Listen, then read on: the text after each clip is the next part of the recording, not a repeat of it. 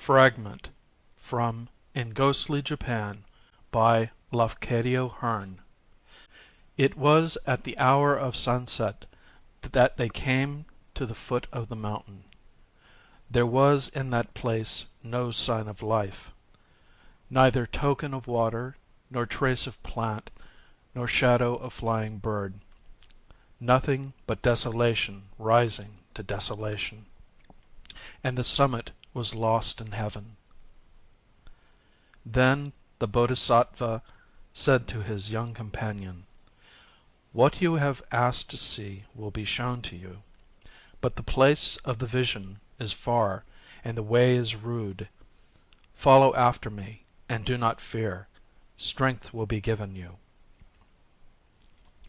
Twilight gloomed about them as they climbed. There was no beaten path, nor any mark of former human visitation, and the way was over an endless heaping of tumbled fragments that rolled or turned beneath the foot. Sometimes a mass dislodged would clatter down with hollow echoings. Sometimes the substance trodden would burst like an empty shell. Stars pointed and thrilled, and the darkness deepened. "Do not fear, my son," said the Bodhisattva, guiding. "Danger there is none, though the way be grim." Under the stars they climbed, fast, fast, mounting by help of power superhuman. High zones of mist they passed, and they saw below them, ever widening as they climbed, a soundless flood of cloud like the tide of a milky sea. Hour after hour they climbed, and forms invisible yielded to their tread with dull soft crashings, and faint cold fires lighted and died at every breaking. And once the pilgrim youth laid hand on something smooth that was not stone, and lifted it, and dimly saw the cheekless gibe of death. "Linger not thus, my son," urged the voice of the teacher. "The summit that we must gain is very far away." On through the dark they climbed, and felt continually beneath them the soft strange breakings, and saw the icy fires worm and die, till the rim of the night turned gray, and the stars began to fall, and the east began to bloom. And yet they still climbed, fast, fast, mounting by help of power superhuman. About them now was frigidness of death, and silence tremendous. A gold flame kindled in the east. Then first to the pilgrim's gaze the steeps revealed their nakedness, and a trembling seized him, and a ghastly fear. For there was not any ground, neither beneath him, nor about him, nor above him, but a heaping only, monstrous and measureless, of skulls, and fragments of skulls, and dust of bone, with a shimmer of shed teeth strewn through the drift of it like the shimmer of scrags of shell in the wrack of a tide.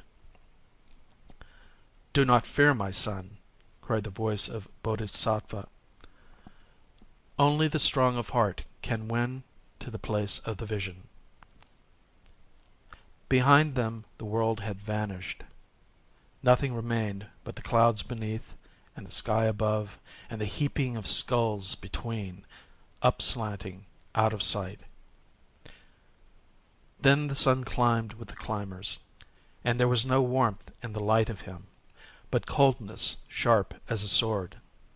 And the horror of stupendous height, and the nightmare of stupendous depth, and the terror of silence ever grew, and weighed upon the pilgrim, and held his feet, so that suddenly all power departed from him, and he moaned like a sleeper in dreams. "Hasten, hasten, my son," cried the Bodhisattva. "The day is brief, and the summit is very far away." But the pilgrim shrieked, I fear unspeakably, and the power has departed from me." "The power will return, my son," made answer the Bodhisattva. "Look now below you, and above you, and about you, and tell me what you see." "I cannot," cried the pilgrim, trembling and clinging. "I dare not look beneath. Before me and about me there is nothing but skulls of men." "And yet, my son," said the Bodhisattva, laughing softly, "and yet you do not know of what this mountain is made." The other, shuddering, repeated, "I fear unutterably. I fear. There is nothing but skulls of men." "A mountain of skulls it is," responded the Bodhisattva. "But know, my son, that all of them are your own. Each has at some time been the nest of your dreams and delusions and desires. Not even one of them is the skull of any other being. All without exception have been yours in the billions of your former lives."